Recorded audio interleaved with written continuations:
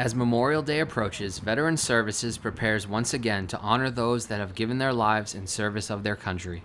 Wednesday afternoon, a wide range of volunteers, from Scouts to Burlington veterans, made their way through Chestnut Hill and Pine Haven Cemetery, replacing the flags that mark the graves of fallen veterans. This is just the first of multiple events planned in honor of Memorial Day this weekend. We have a ceremony on the 26th, which is Sunday. The Cambridge Street I-95 bridge will be dedicated in memoriam of Lance Corporal Gregory McDonald, who was killed in action June 25th, 2003 in Iraq. So that overhead bridge will be named in memory of him. And then on Memorial Day, we kind of have our regular Memorial Day ceremony. So we'll have a flag raising at 8, a few refreshments at Grandview Farm immediately after, and then at 10 o'clock at Chestnut Hill Cemetery, we will have our official Memorial Day ceremony.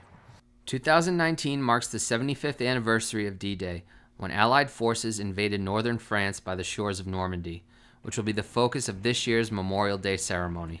So 75 years ago, over 100,000 American men sacrificed their lives, whether or not they came home or not. But one of the largest amphibious landings in our country and in the history of, at least modern history of man. So that's what we're commemorating, the 75th anniversary. This year's guest speaker is Colonel Leonard H. Keeley, a World War II veteran who fought in some of the most critical battles of the war.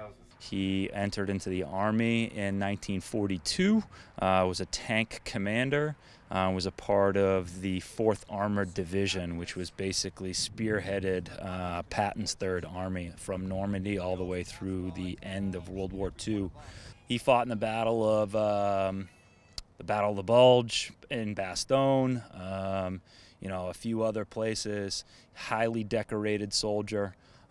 2 silver stars and a bronze star. So he's going to tell us a little bit about his experience leading up to D-Day in Normandy, and then he's going to talk about, the Sherman tank a little bit, because he was a tank commander, and what the war was like, basically after D-Day leading up to VE Day in 1945. So during times like this, we are reminded to honor and cherish the time we have with our veterans, not just on Memorial Day, but every day.